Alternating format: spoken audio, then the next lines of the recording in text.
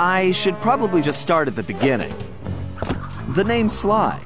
Sly Cooper, and I'm a thief. From a long line of thieves. In fact, thieving is the family business. And business was good. Although, until recently, I considered myself retired. Having hung up my mask and cane, I was enjoying life on the other side of the law. In the company of a certain lovely Interpol agent named Carmelita Fox.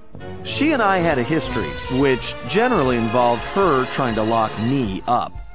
So, I should mention our current situation was only possible because she thought I had amnesia. I didn't. It was great to finally enjoy each other's company without a shock pistol being involved, and we quickly put the past behind us. But as time went on, the old itch came back, and I knew I needed to pull a heist. I should also mention that as a master thief, I only steal from other thieves. So it took me a while, but I finally found what I was looking for. My target was an upstart art mogul, a real hotshot collector. He seemed respectable, had even opened a new museum. But I could smell a rat. Reliable sources told me he was dealing in black market antiques worth millions. So I felt he should share the wealth. I was working on a plan when one night, as if on cue, Bentley showed up. Bentley was the brains of our operation, the mastermind. We grew up in the same orphanage where we bonded over stealing cookies, our very first heist, and we've been best friends and partners ever since. We hadn't seen each other for a while, but I knew immediately that something was up.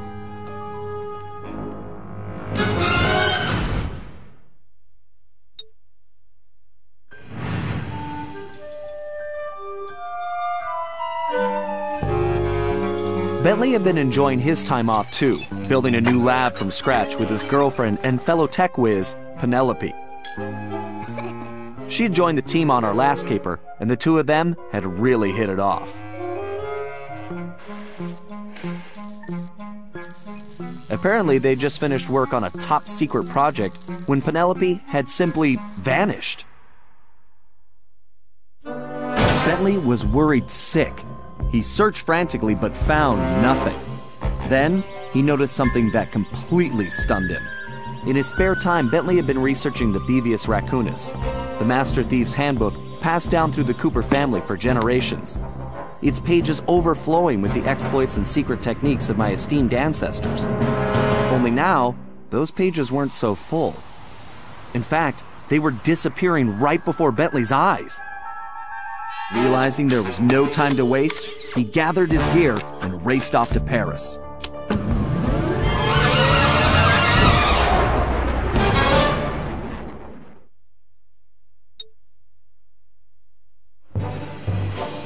The first thing Bentley did was track down Murray, the third in our trio. Murray was our enforcer, the muscle, and the guy who'd eaten all the cookies we stole back in our orphanage days. Through the years, the three of us had become an unbeatable team, and we were more like a family now than a gang. Murray had been living his dream on the pro driving circuit, where his van had become famous, or rather infamous, for all the crashes he'd caused. Eventually, he was unable to find a sponsor due to his high insurance premiums, and he moved into Demolition Derby, where he remained undefeated. When Bentley showed up, however, Murray dropped everything to help out. Especially when Bentley explained that his van was the key to the whole plan. With Carmelita distracted by a new assignment, I took the opportunity to slip away and met up with the guys at our old Paris hideout. Bentley launched into one of his elaborate presentations, and I saw the whole scary picture. Someone, or something, was literally erasing Cooper history. Then, to our amazement, Bentley revealed that he already had the solution: time travel. It turns out his top-secret project was constructing a time machine. And now, he modified the design to fit into Murray's van. We were going to travel back in time, stop those responsible, and fix the damage they'd done. Bentley explained the only catch was that in order to travel to a particular time, the machine required an object from that era. We knew from the changes to the thieves raccoonus that our first stop was feudal Japan. So here we were, about to steal a priceless 17th century samurai dagger from the same museum I'd been casing. Funny how things work out sometimes. Well, what else can I say about Carmelita? As you can see, our relationship is complicated. And I just succeeded in upgrading it to hazardous. I certainly wasn't expecting her to crash the party. She'd been so busy with her latest case, I never thought she'd have her eye on me. In fact, I'd kind of been counting on it. But then, I should have known better than to underestimate Inspector Carmelita Fox. As much as she liked having fun, Carmelita was serious about her police work. And now, I had a lot of explaining to do. But the plan was in motion, and there was no stopping now. Even though I was thinking I'd need the time machine just to patch things up with Carmelita. Before the heist, we'd recruited our disco-loving, scuba-diving friend, Dimitri Listeau, to look after the thieves raccoonus. Because it was irreplaceable and the only guide we had, it was far too risky to take the book through time with us. Bentley had even invented a communication device to allow us to contact Dimitri no matter where or when we traveled. It was a perfect situation, since it allowed him to update us on any changes to the book while limiting our exposure to his fashion critiques. Everything was happening so fast. The past few days were just a blur. But as we howled through the time vortex, I realized we were in for a very long trip.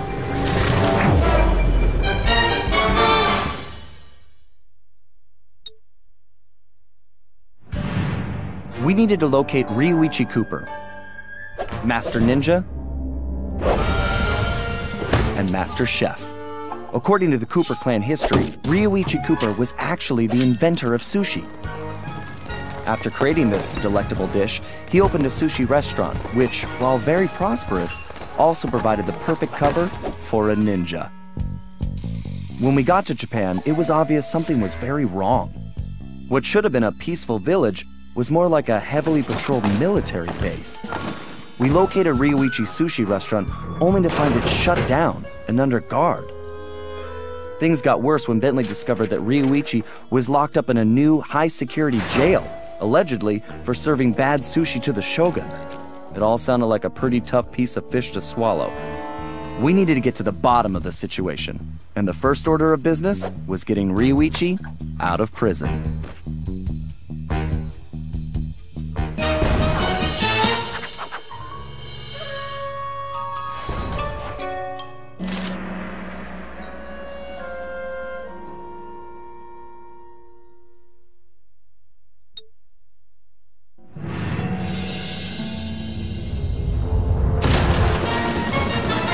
After rescuing Ryuichi, we returned to the hideout.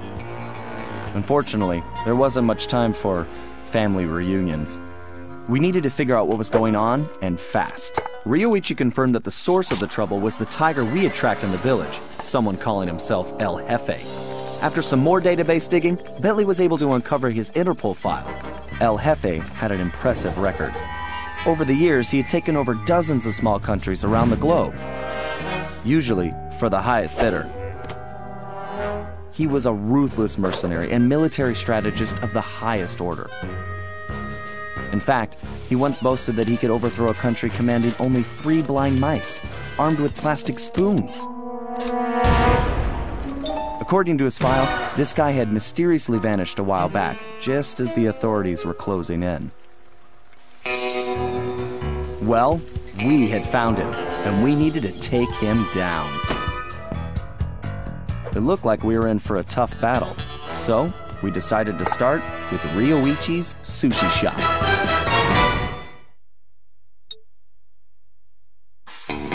El Jefe was defeated, disgraced, and delivered to the cops. But it was a hollow victory.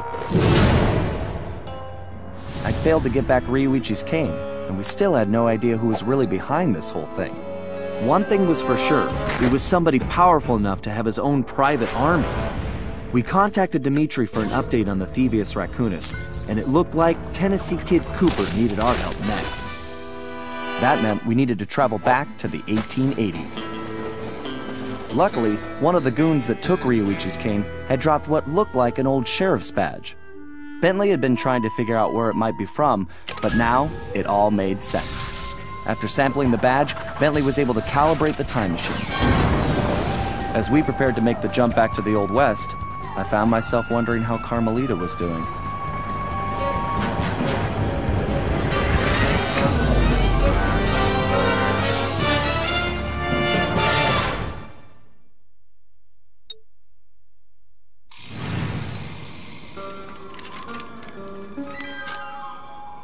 We arrived in the Wild West, looking for my ancestor, Tennessee Kid Cooper, a legendary outlaw whose bank robberies were some of the most daring in Cooper lore. When we arrived, it took some time to locate him, but we eventually found him in prison. His arrest was the handiwork of the local sheriff, who had celebrated by posting his own picture all over town. Talk about an ego. We needed to bust Tennessee out of jail. But after some furious calculations, Bentley determined that the best way to do that was from the inside. For the first time in my career, I was going to have to let the law catch me. This could be a real challenge.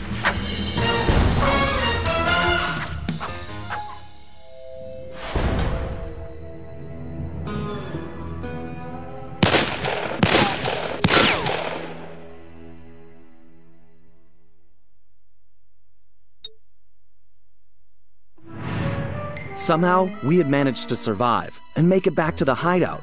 Once there, Tennessee gave us the lowdown, how he'd been planning the bank heist that should have gone down in Cooper lore as his masterpiece, only to have a mysterious new sheriff arrest him before he even reached the bank. Curiously, the robbery still occurred, and all the bank's gold was stolen. Tennessee was charged even though he was already in prison, and the gold was never recovered. Of course, he had a strong suspicion it was Sheriff Toothpick himself who had stolen the gold and framed him. And after a little research, there was no doubt he was right. Bentley was able to uncover plenty of information about the sheriff. Although he changed his appearance somewhat, Toothpick was a two-bit gangster from present-day Eastern Europe. According to his file, he'd grown up loving two things: gold and cowboy movies. He eventually specialized in gold robberies, and for a while had masterminded some of the largest scores around the world. Then he abruptly vanished. The word was he had always thought of himself as a gunslinger, and it looked like he had found a way to make that a reality. The guy was a real loose cannon. We'd have to watch our backs if we were going to steal back the missing gold and restore Tennessee Kid Cooper's reputation as the greatest outlaw of the Old West.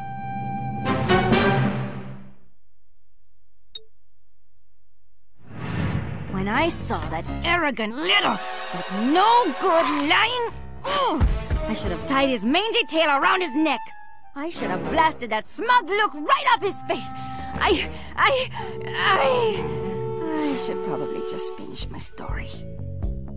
After the Cooper gang escaped at the museum, I decided to follow my nose and take a look around.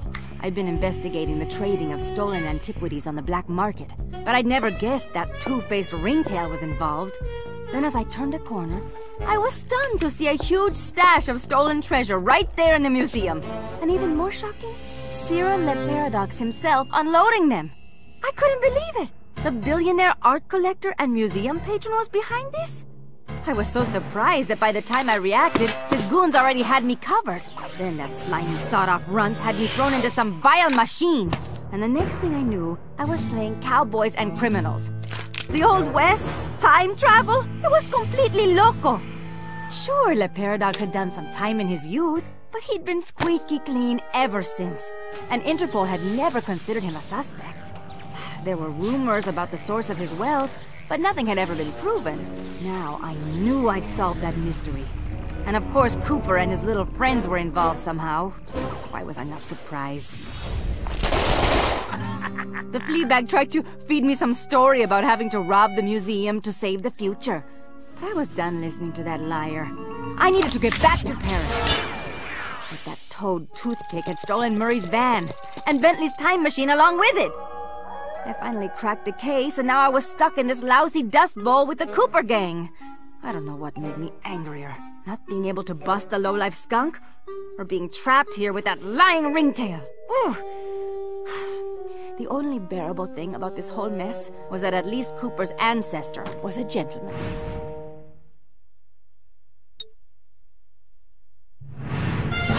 As the van hurtled into the ravine, it felt like we were in slow motion.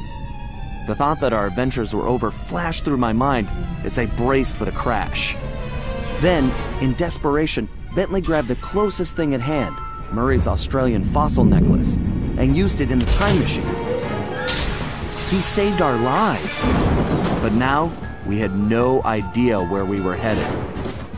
We held on as the van was sucked through the wormhole, tumbling around like a cork in the ocean. Who knew where we'd land? And more importantly, when?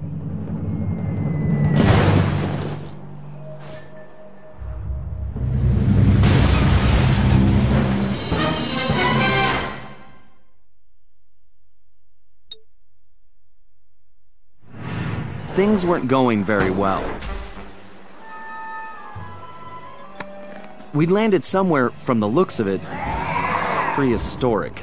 I was slightly concerned when Bentley broke out the dinosaur repellent, but that was the least of my worries. The crash landing had damaged the van, so the time machine wasn't working properly. Not only was traveling back to Paris impossible, but we couldn't even raise Dimitri on the transceiver. Also, we still had no idea how the Paradox had managed to develop his own time machine. And that was a scary thought. Carmelita was still really hot about things. I just wanted a chance to explain, to tell her how sorry I was for getting her mixed up in all of this. Before we had a chance to talk, she stormed off in a rage. I tried going after her, but I figured that wasn't the best idea. Our conversation would have to wait, at least until she holstered that pistol. We decided the first order of business was figuring out where and when we were. And then, how we were going to repair the van. Otherwise, we'd have to get used to living in a cave, permanently.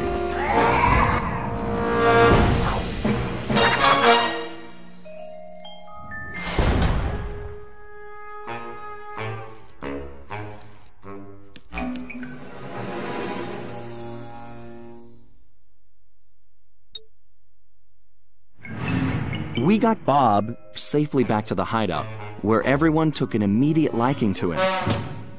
And he took an immediate interest in our gadgets.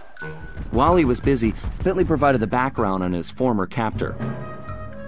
The guy's name was Grizz, and he'd made his fame in the art world. Once a common street thug, he'd been thrust into the limelight when he was plucked from the gutter and made famous by a prominent pop artist. Grizz's primitive artwork was hailed as a brilliant new style called paleo graffiti, and for a while he enjoyed a celebrity status. His fame was short-lived, however, when people realized his art was really just bad. Resentful, he returned to his criminal roots, quickly becoming the top art thief on Interpol's most wanted list. One of Carmelita's main targets, it was now clear how he'd managed to evade her capture for so long. After we pried Bob away from Bentley's tools, he explained how Grizz had appeared and started harvesting all the pterodactyl eggs in the area, eliminating his role as food provider for the tribe and greatest egg thief ever. Depressed, he'd gone into a slump and gotten out of shape, which allowed Grizz to capture him and take the new tool he'd invented to help him steal eggs. So it looked like the very first Cooper cane had been stolen as well. Great. We may have rescued Bob from the arena, but we still needed to find out what sort of operation Grizz was running for Le Paradox, and why it involved stealing all the eggs. We also needed Bob's help to find the rest of the van parts, and that meant we had to get him back into climbing shape, fast.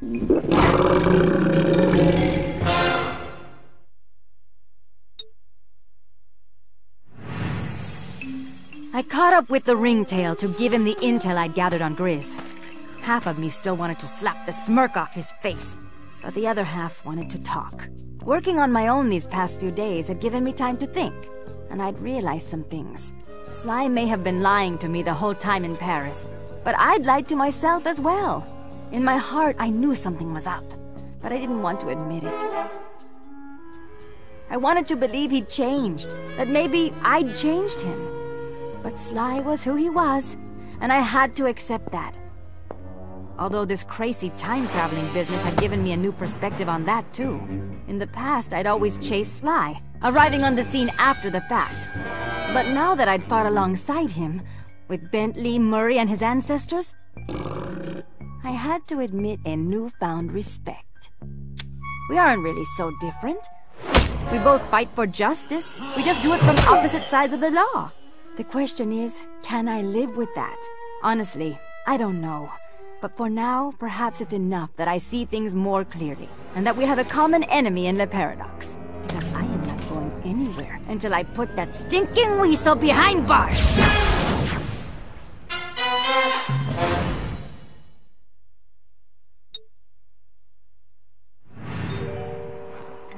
Carmelita had cooled off a bit, but she hadn't forgiven me yet, and I really couldn't blame her. The last thing she wanted to do was join up with a bunch of thieves, something that went against everything she stood for.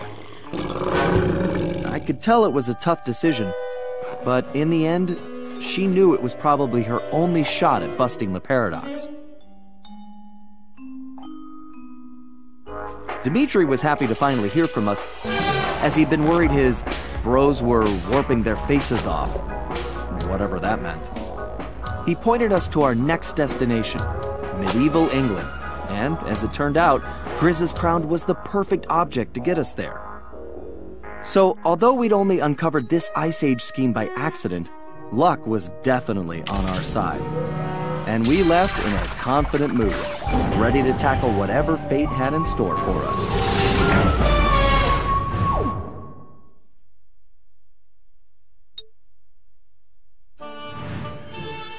We'd come to merry old England to locate my ancestor, Sir Galeth Cooper, a gallant knight who founded the Cooper Order.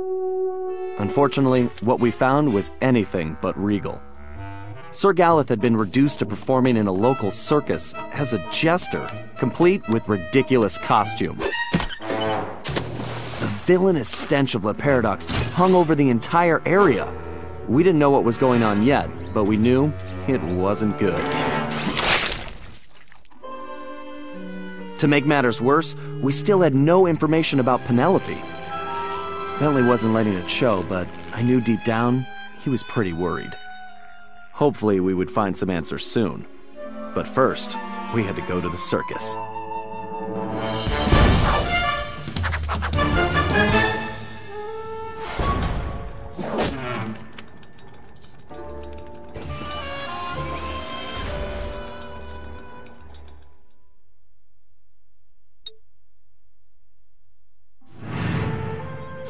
Once Sir Galeth calmed down, we returned to the hideout and got the whole story.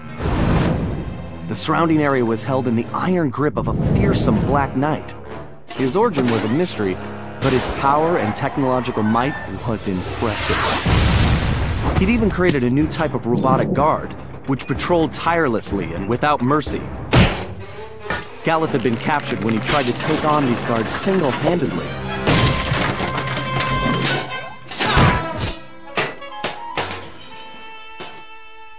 Bentley searched every criminal database in existence, but couldn't find a thing. All we had were more questions. Had Le Paradox somehow made an ally from this time period? And how had this Black Knight managed to create those mechanical monsters? When we explained to Sir Galeth who we really were, I don't know if he believed us or not. But it didn't matter.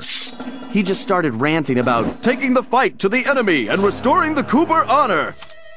Needless to say, the guy was a little intense. Until we figured out what was going on, I could see we were gonna have to keep him on a short leash.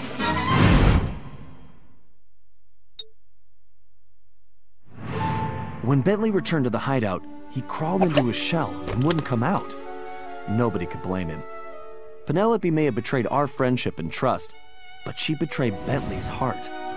I knew he blamed himself for the whole predicament, but it wasn't his fault. Everyone took turns trying to coax him out, but nothing worked. In the end, it seemed that Bentley would have to come back to us on his own. Unfortunately, we couldn't wait around. We had a villain to take down, with or without Bentley's help. And this time, it was personal.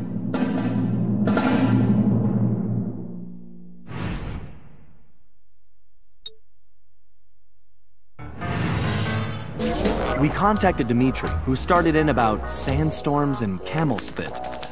Well, we finally deciphered enough to realize it was my ancestor Salim al-Kupar who was in trouble now, which meant we needed to get to ancient Arabia on the double. This time, Carmelita provided the solution. Before the Paradox grabbed her back at the museum, she'd managed to pocket a gold coin as evidence. And our luck held, as it turned out the antique gold piece was exactly what we needed. As we prepared to leave, everyone was keeping an eye on Bentley. He downplayed his heroics and refused to acknowledge that he'd saved us all. I sensed a new confidence in Bentley, which I guess had come from finally confronting his personal demons. He'd been through so much, but when it really mattered, he bounced back stronger than ever. I was sure about two things. I couldn't be more proud of Bentley, and we were going to need every ounce of his newfound strength to take down the Paradox.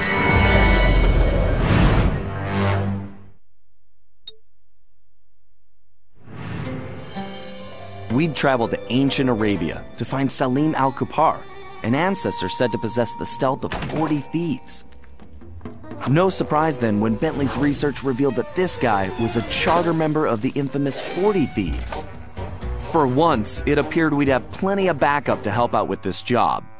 When we arrived, however, we were shocked to find that most of the thieves had already retired.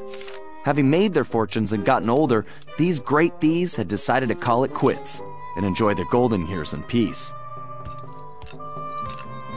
What wasn't shocking was the unmistakable presence of Cyril the Paradox. Nasty-looking guards patrolled everywhere, and it was clear that something sinister was going on. After some detective work, Bentley had even worse news. No one had seen Salim al-Kupar for some time. He had been working with a few of the remaining thieves, but had simply vanished. So where was he? That was the first thing we needed to figure out.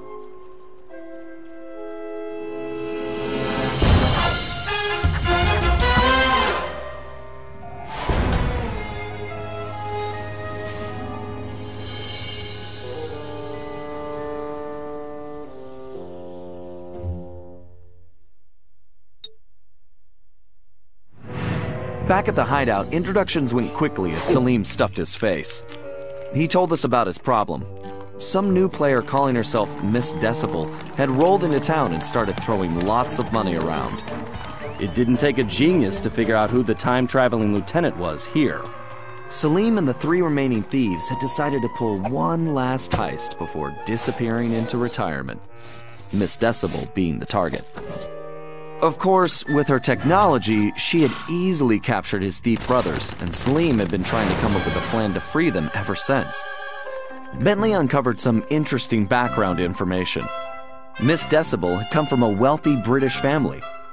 Her true love was classical music.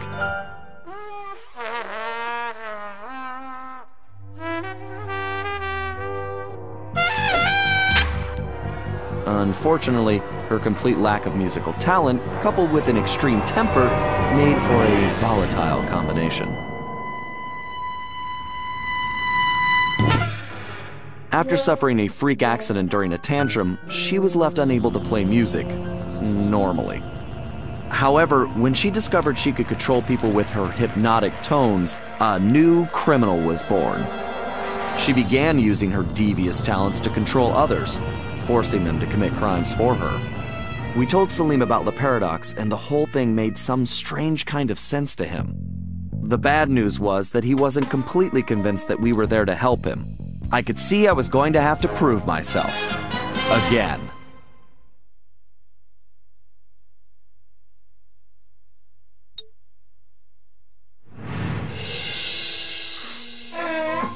We may have stopped Miss Decibel, but it meant absolutely nothing. We were on the ropes.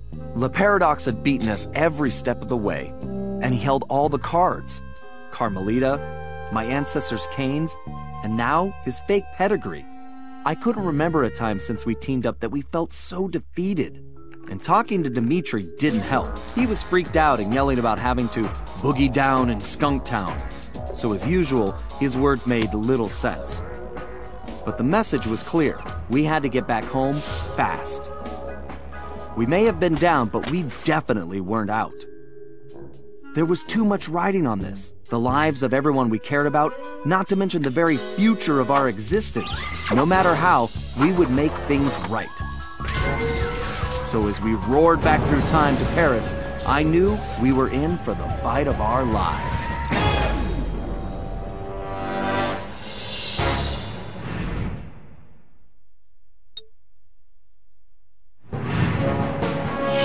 We'd finally made it home to Paris, only to find a place we hardly recognized.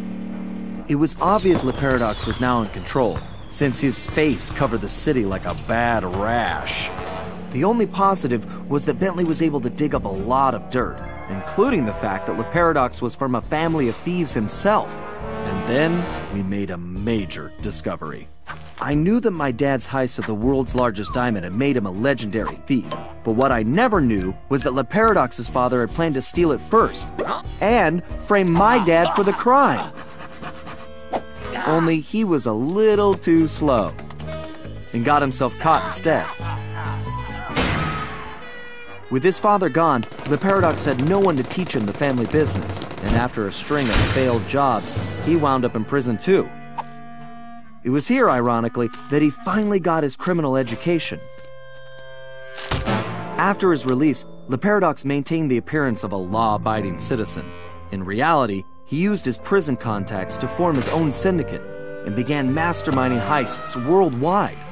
These days, he traveled the globe as a billionaire art collector, while his real business was the trafficking of priceless stolen treasures.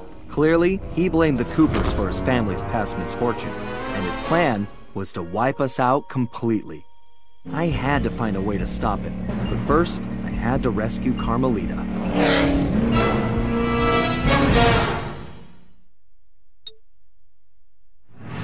It's been a while since that night, but there's still no sign of Sly.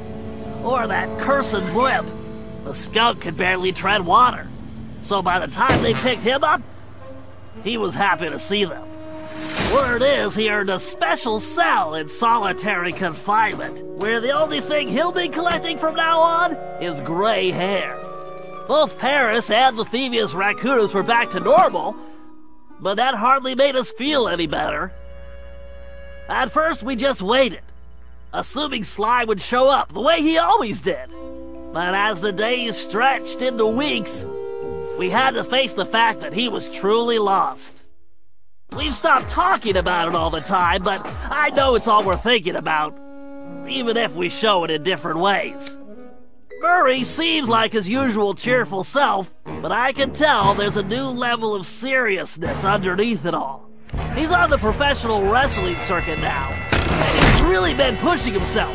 I know he's doing it to keep his fighting skills sharp. Like all of us, he wants to be ready for action the minute we locate Sly. Carmelita returned to Interpol, where she threw herself into her work, busting criminals at a record pace. She's been so busy, I haven't seen her for a while now. My sources tell me she's conducting her own investigation into Sly's whereabouts. Out of everyone, I think she took his disappearance the hardest, even if she never shows it. At least not in public. As for myself, I continue to search. Even using all my technology, I haven't found a clue. The time machine is no help since we need to know where Sly was for that to work. I get discouraged sometimes, but I'll never give up. Because I know Sly's out there, and I know that wherever he is, we will find him.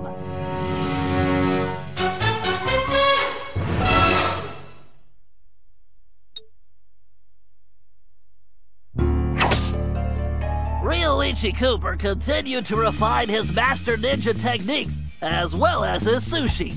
And while his thefts were never detected, his sushi restaurant was recognized as the finest in Japan.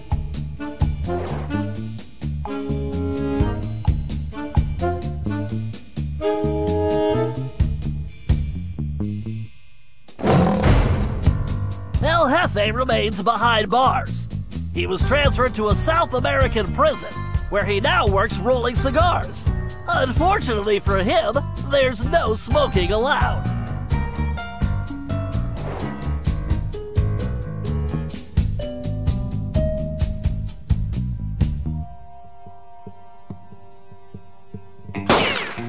Tennessee Kid Cooper recovered his gold and his place in history as the greatest outlaw of the Old West.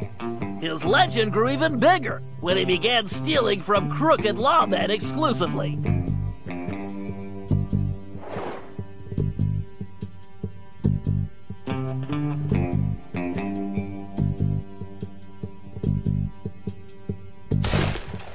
Toothpick was arrested and became part of a chain gang working on the railroads. He eventually went deaf and faded into obscurity.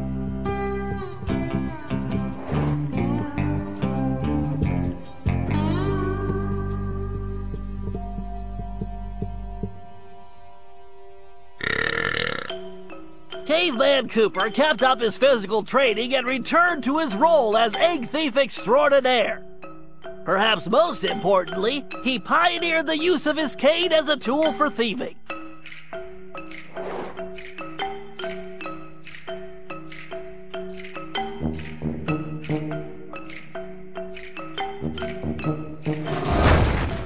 The Grizz received a lengthy prison sentence and began a new career as a rap artist. In his spare time, he paints portraits of his fellow inmates.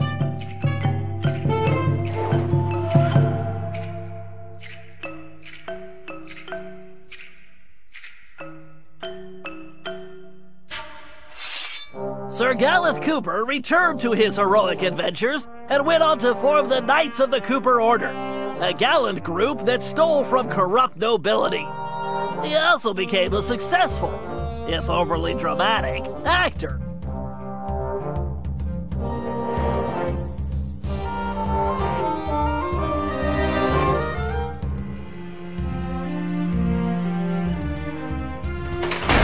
Penelope was sent to Europe's highest security prison, where she promptly escaped. She remains at large, and the police have no clue as to her whereabouts. Recently, however, I've been receiving mysterious postcards.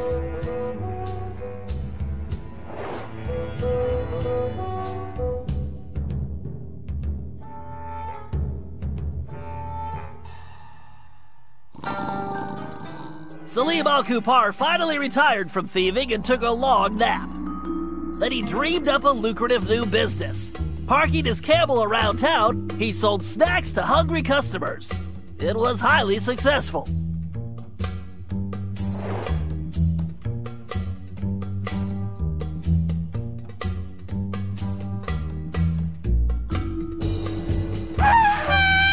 After being locked up, Miss Decibel decided to make some changes. She had the horn removed from her trunk, enrolled in anger management classes, and began teaching music to other prisoners. With continued good behavior, she might get an early parole.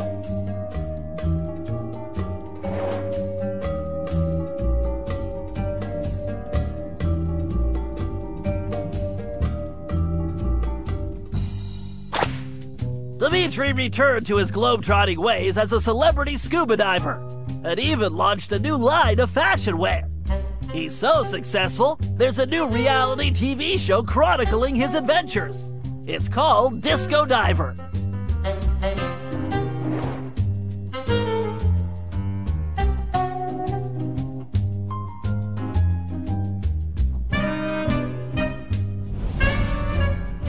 the Paradox had all his assets seized, including his art collection, and everything was donated to the city of Paris.